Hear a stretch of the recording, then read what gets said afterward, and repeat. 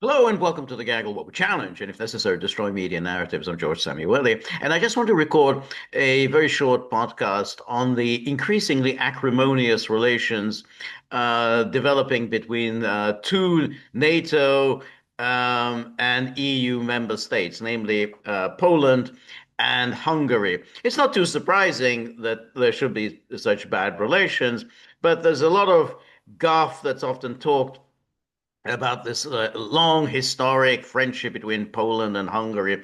It's really more myth than reality.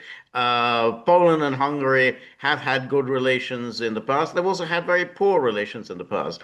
They were on opposite sides in the two world wars. And they certainly didn't have particularly good relations during the interwar years.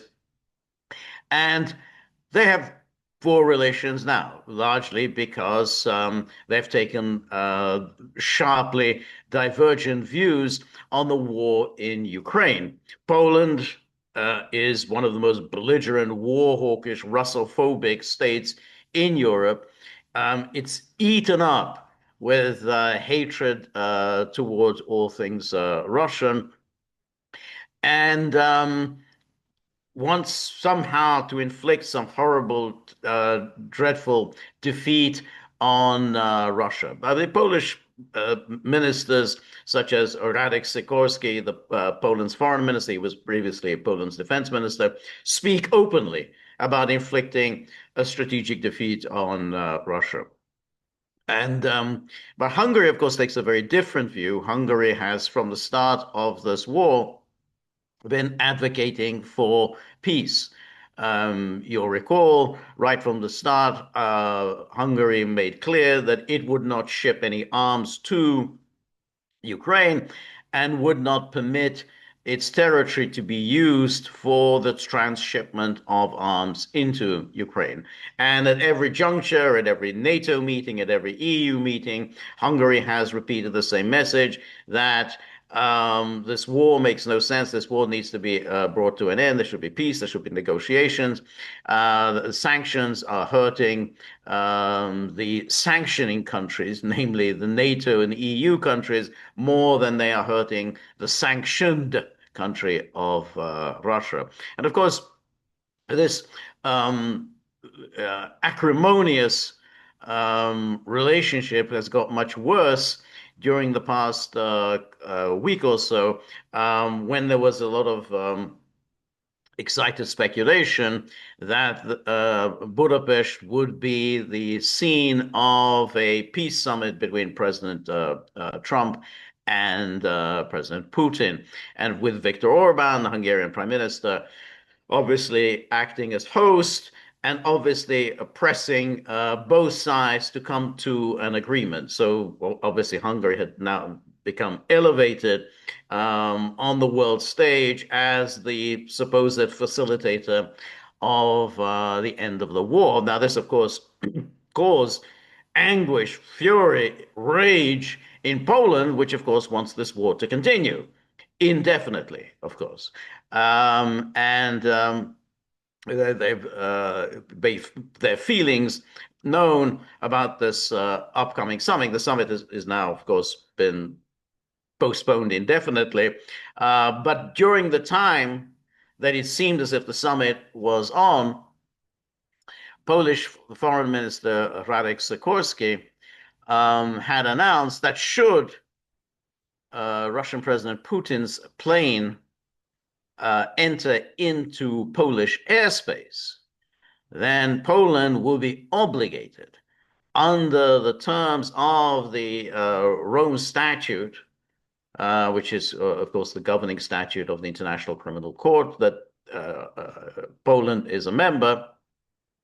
But of course, Hungary is also a member, but is now in the process of withdrawing its membership. But that in accordance with the requirements of the Rome Statute, Poland would have to bring down, shoot down, whatever, bring down the plane carrying Putin. Now, this obviously upset the Hungarians, And in particular, and this is the point the Hungarians made, well, saying which is, well, since when have the Poles been such sticklers for international law? It was only a few days ago that when Germany was seeking to extradite a Ukrainian suspect being held in Poland, they were seeking to extradite this Ukrainian in connection with the Nord Stream bombing. And the Polish Prime Minister, Donald Tusk, and again the Sikorski, said this is absolutely outrageous. What this Ukrainian allegedly did, destroying Nord Stream, was a noble, courageous act, and nobody should be punished for it. And therefore, extradition is out of the question. And of course, the Polish court duly ruled extradition is out of the question. And so the Hungarians pointed out, hey, where's your legality?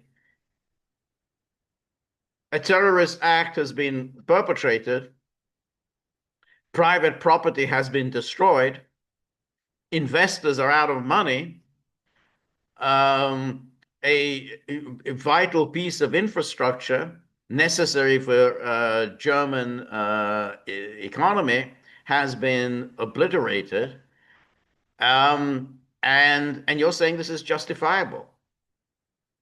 And Germany, after all, is your partner in the EU. Germany is asking for the extradition of the suspect, and you just said, no, we support this terrorist act, and so he can go free. So where's your legality here? So this started this very heated exchange between Sikorski and the Hungarian foreign minister was Peter Szijjártó. And so first, let's take a look at the first tweet that described Sikorski's position. Somebody had tweeted this out, quoting Sikorski, we cannot guarantee that an independent court would not order the Polish government to detain a plane carrying Vladimir Putin if it entered Polish airspace, to bring the suspect before the International Criminal Court. So here you're saying we cannot guarantee, in this kind of sly, uh, double negative sort of way, suggesting that, well, I mean, we have to bring the suspect before the International Criminal Court. Now, Hungary is hosting this. Was supposed at the time that this tweet was sent out, Hungary was supposedly hosting this summit and would therefore be hosting President Putin and obviously guaranteeing his security. So this tweet sent out by Sikorski obviously upset the Hungarians.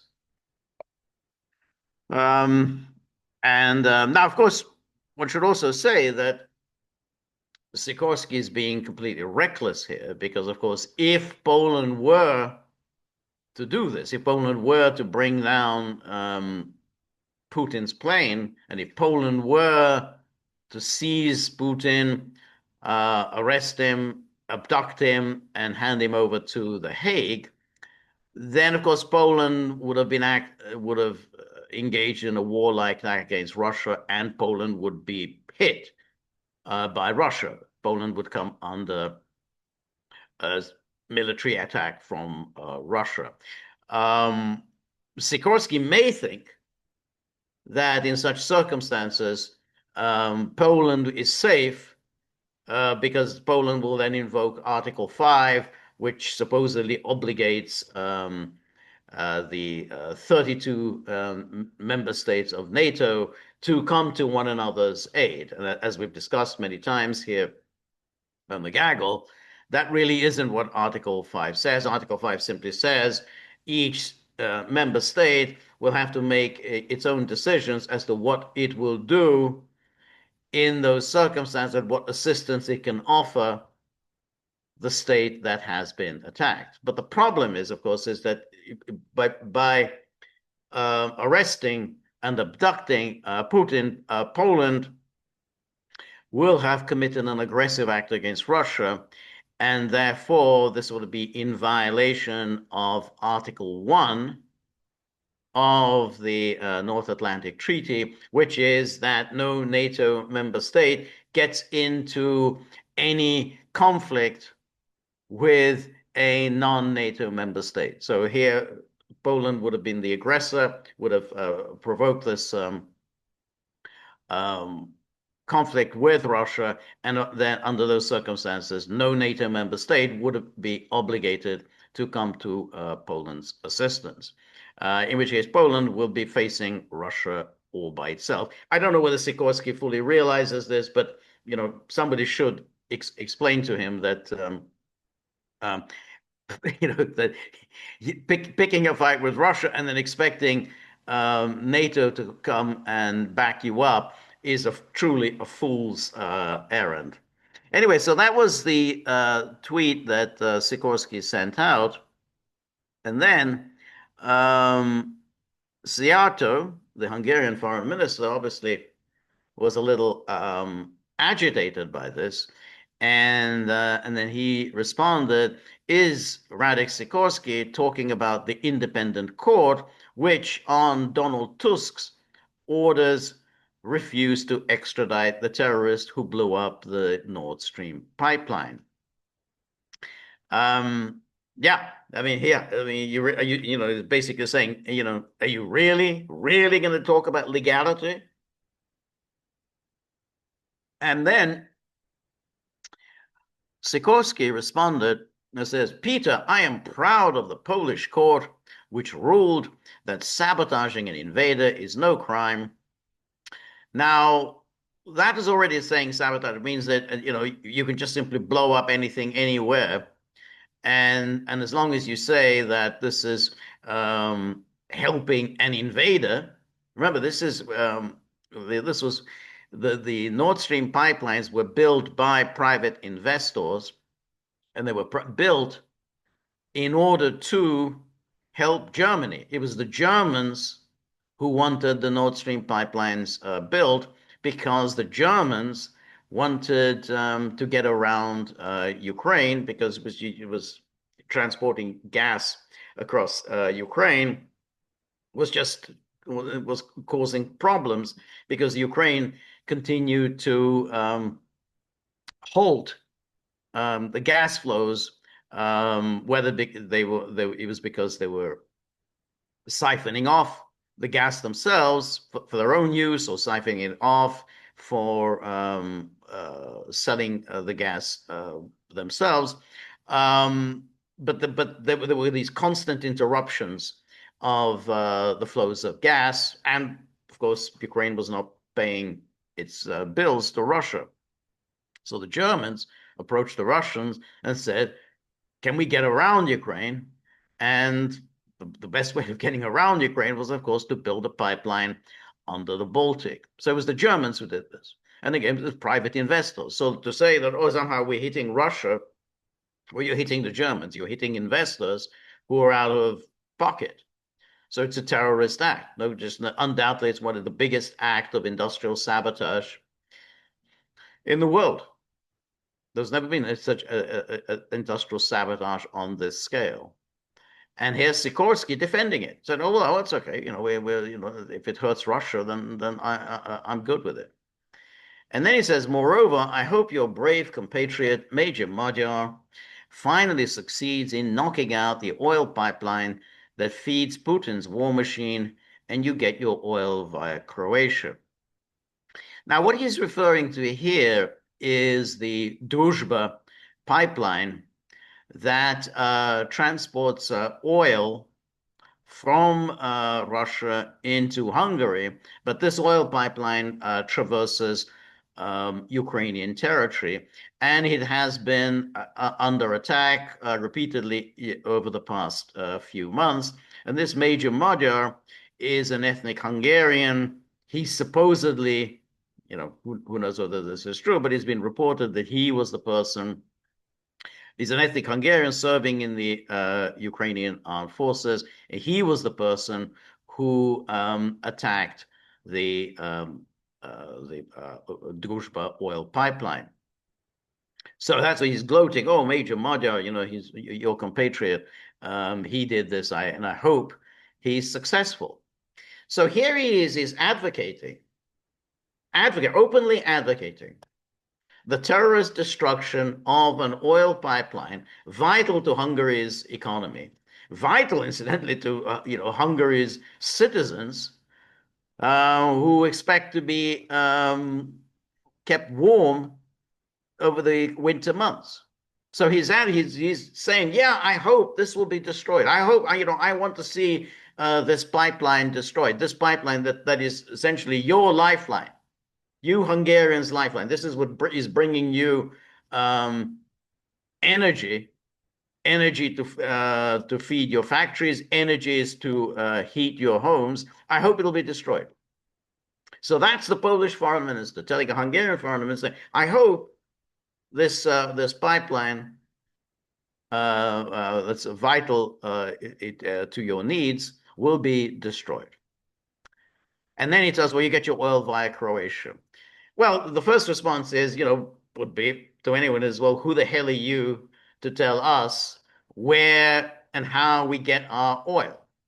I mean, apart from anything else, getting it via Croatia is not a feasible operation. It's very expensive. It's very cumbersome. And Hungary would have to pay a huge amount of extra money in order to get the oil flow from Croatia. But again, I mean, it is Hungary's sovereign's decision where they get their oil from. Who is Sikorski to be telling Hungarians where and how they get their oil? So then, just if you weren't quite aware of the gleeful celebration of terrorism that's now prevalent in Warsaw, today in the Sunday Times, the Polish Prime Minister Tusk gives an interview and he says, yeah, absolutely.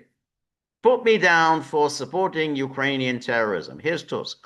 Tusk said, Ukraine had a right to attack Russia-linked targets. Russia-linked. These aren't Russian pipelines. These are international investors who built this pipeline. Russia-linked targets anywhere in Europe. So any pipelines, gas, oil, anything to do with Russia is fair game. You could just hit all of them. Presumably, you can hit some cultural centers, or the Russia House that, produces plays or films, anything, because it's all there Russia-linked. Ukraine has a right to attack all of them. This is the language of terrorism that you get in NATO land, the land of values. This barely receives a mention. You remember how many times people are always sniffing out, oh, the terrorism defenders in the Middle East, all these Palestinians who are justifying terrorism. But here we have NATO justifying terrorism. So he says, Ukraine had a right to attack Russia-linked targets anywhere in Europe after a court in Warsaw blocked a German extradition request earlier this month for a Ukrainian diver accused of involvement in bombing the Nord Stream 1 and 2 gas pipeline. So again, Times just barely notes what they've just been told. And then the Balázs Orbán, who's no relation to Viktor Orbán, but he does work for him, his aide. So Balázs Orbán jumps into the fray, responding to this tweet by Sikorski, And he says, outrageous. The Polish foreign minister is hoping that the Ukrainians will be able to blow up the Druzhba oil pipeline, which ensures Hungary's energy supply. This is the darkest depth of war hysteria. While Radek Sikorski may strive to nullify Polish-Hungarian relations, I would like to remind him that our nations share historical friendship and we are allied countries. So he kind of stepped on his message here. I mean, there's no reason to talk about this historic friendship. There's no historic friendship. And the very fact that there's such bad relations now between the two countries, they don't see eye to eye on many things, just shows, yeah, there's no historic friendship. Um, and it says we are allied countries. Well, allied in what? What are you allied in? You're allied in NATO. NATO, by Orban, his boss's thinking, is a warmongering organization. They're in the business of fueling war in Europe. So you're allies in this, you're allied in NATO. I mean that's something to be ashamed of. It's not something to tout. So he kind of stepped on his own message here. And then Sikorski declares you can get all the oil you need for a comparable price via a shorter route through Croatia. Stop helping fund Putin's aggression against Ukraine. First of all, that isn't true. It is a lot more expensive. Everyone knows it's a lot more expensive. And the pipelines from Croatia would not be sufficient to meet Hungary's energy needs. This is just nonsense, absolute nonsense, peddled by idiots like Sikorski, and they get into the media when they say these things. Any expert who's kind of looked at it and said, no, it is not feasible. It's not doable to get this oil from Croatia. But Sikorski doesn't know. And so stop helping to fund Putin's aggression against Ukraine. And then Balázs Orbán replies, since you're such an expert, you surely know the Croatian pipeline runs for about 2 hours at best. Good to know you're an energy specialist too, dear Radek Sikorski. And then Sikorski jumps in and says, you have repeatedly been told by the EU Commission and Croatia that you can get all the oil you need from the south. You have been told. Who is he to talk like this? He's just this total idiot. Whom I knew. I knew him years ago. I was an idiot then. I was when he worked as a journalist for various neoconservative British and American publications. He said, "You have been repeatedly told," like talking to a schoolboy. You have been told that if you don't hand in your homework on time, you will be deducted points at the end of the semester.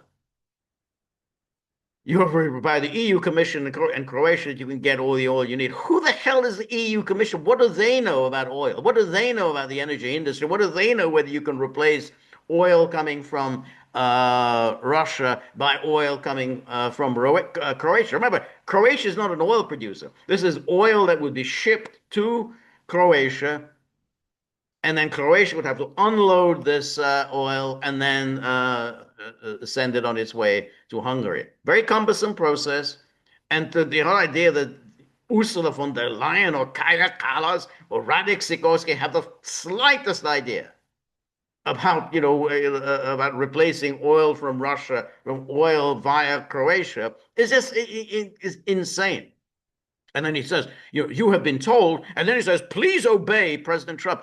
No, we're not in the obedience business. Nobody just goes around obeying somebody else. This is the talk from, this is, the kind of language that was once used towards Poland, but towards others emanating from Berlin. You're supposed to obey. You're supposed to obey President Trump and stop funding Putin.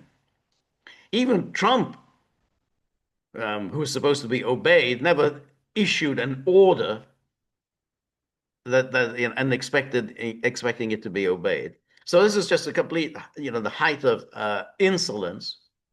And but obviously, trying to say that the Hungarians need to obey, first of all, the EU Commission because they've been told that they can get all the oil they need from via Croatia, and then you have to obey what the U.S. president says.